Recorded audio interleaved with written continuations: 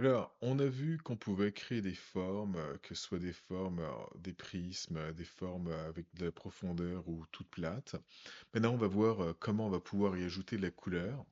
Alors pour ça, et aussi voir comment on pourrait changer l'épaisseur du trait. Alors pour ça, ce que je vais faire, c'est que je vais rendre visible ces deux-là. Donc qu'est-ce que j'ai? J'ai un cercle et un carré. Donc je vais les agrandir.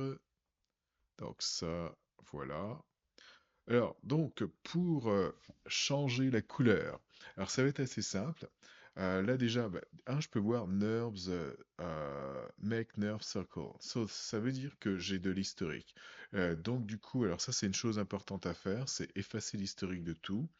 Alors du coup, voilà ce que je vais faire. Vu que je n'ai que de la géométrie, j'ai pas fait de bind ou quoi que ce soit, donc je vais pouvoir me permettre de faire un delete all by type history.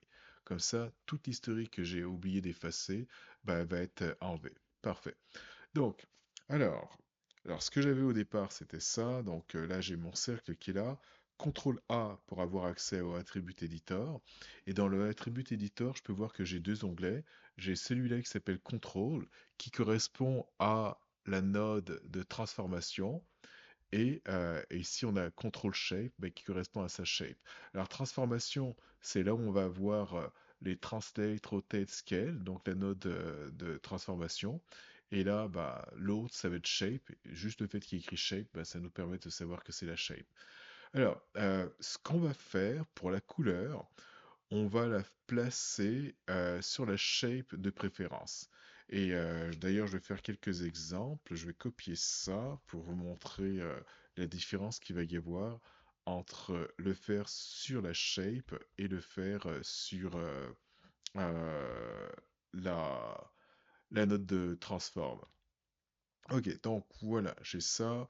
Alors comment on fait? Donc je prends ça ici, je sélectionne la shape, et une fois que cette shape est sélectionnée, je vais, alors par défaut, on a quelque chose comme ça. Alors je vais aller ici dans Objet Display. Ensuite, je vais aller dans Drawing Overrides, ici. Et une fois que je suis dans ça, la première chose que je vais faire, c'est que je vais activer mes overrides, donc Enable Overrides. Et une fois que c'est activé, bah, à cet endroit-là, c'est là que je vais pouvoir. Alors, j'ai Color Index. Alors, si j'y vais par des index, on a des couleurs qui sont prédéfinies. Donc, on a un gris ici. Si je déplace, donc je peux choisir une des couleurs. Si je prends du vert, je relâche. Et si je désélectionne, on peut voir qu'on a du vert. Alors, je vais faire une copie de ça et faire la même chose. Donc, j'aimerais déplacer ça à cet endroit-là. Ensuite, je vais au même endroit. Donc, la shape, ensuite, objet, display, drawing override. Première chose, j'active. Là, je suis en index. Et là, je vais pouvoir y mettre, exemple, ce rouge-là. Et là, je vais voir la couleur rouge. Alors, tant qu'à faire, vu que je suis ici, pour l'épaisseur, je vais aller tout en bas. Et là où il y a écrit Extra Attribute, je clique. Et là, alors je suis encore sur la shape. Et là, j'ai Lean Width. Et là, je vais pouvoir y mettre une épaisseur. Alors si je mets 4, ben là, on peut avoir quelque chose de plus épais. Alors je vais faire la même chose pour lui. Et lui, je vais lui en mettre 3. Et voilà. Donc voilà comment je fais pour changer l'épaisseur de mes traits. Alors je vais continuer, je vais en faire un autre. Donc je fais une copie de ça. Et je vais mettre ça ici. Alors pareil, drawing, alors la shape, objet display, drawing override, j'active. Et là, plutôt que de choisir index, alors, je vais d'abord changer l'épaisseur, comme ça on va encore mieux voir. Donc je vais mettre ça à 5. Donc plutôt que de choisir index, je vais choisir RGB. Et là, je vais pouvoir y faire comme avec les autres éléments, donc choisir une couleur RGB, donc un mix de couleurs et y aller vraiment avec la couleur que je veux. Alors si j'y vais avec cette couleur-là, peut-être un petit peu plus dans les oranges, enfin peu importe, ça va être à vous de décider ce que vous voulez avoir comme couleur.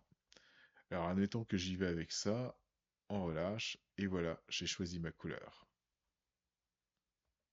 Alors pour terminer, on va voir la différence entre mettre les couleurs sur la shape ou bien mettre les couleurs sur la note de transform. Alors pour rendre ça un peu plus simple, je vais me débarrasser de ça et de ça. Non, undo, ça. Donc ici j'ai une courbe rouge et on peut voir qu'on est sur la shape et sur la shape on a changé la couleur. Et la courbe ici en jaune, au niveau de la shape, on n'a pas touché au override, on était sur la node de transformation qui s'appelle control. On peut voir ces nodes de transform. Et là on l'a changé ici. Alors je vais aller dans extra attribute. Ok, je vais juste changer l'épaisseur, j'aime bien que ce soit gros. Donc 5, voilà. Alors, la différence qu'il va y avoir entre les deux. Ici, on a deux courbes qui n'ont pas encore été changées aucunement. Donc lui, c'était shape et lui, c'est node de transform. Et ce que je vais faire, dans les deux cas, je vais prendre ces deux courbes et je vais faire en sorte que ce soit les enfants de lui. Et même chose, ces deux courbes soient les enfants de lui.